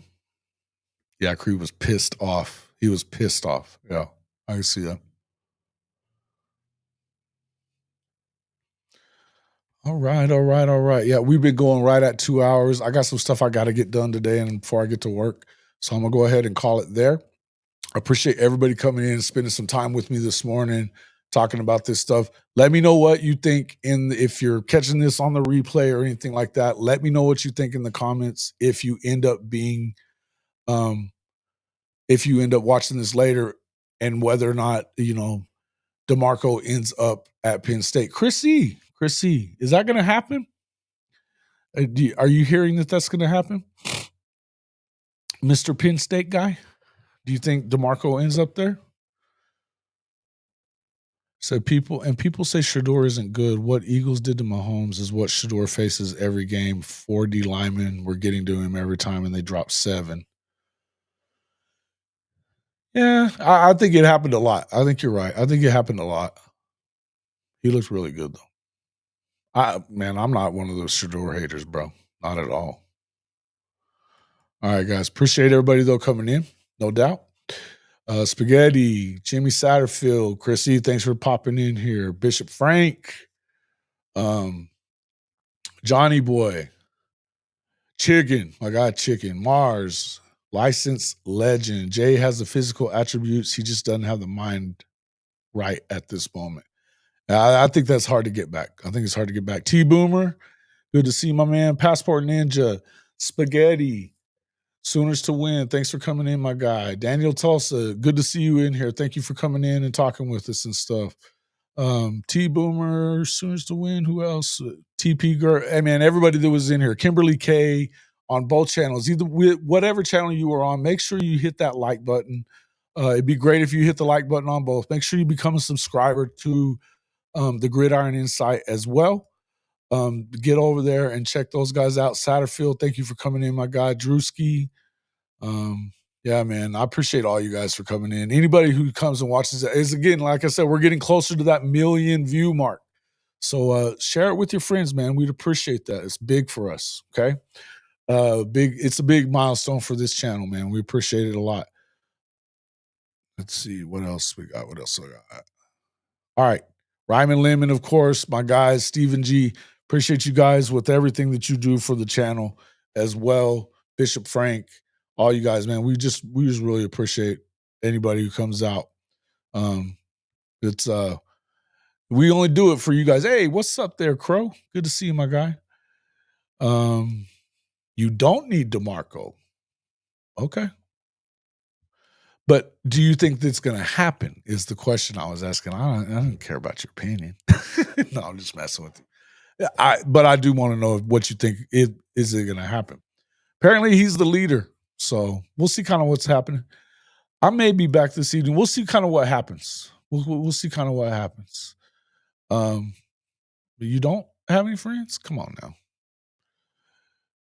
I might, yeah. Listen, we'll see. I've got it, man. It's kind of busy right now at work, but yesterday was a wild day. I may actually do a night one tonight or something like that. We'll figure something out.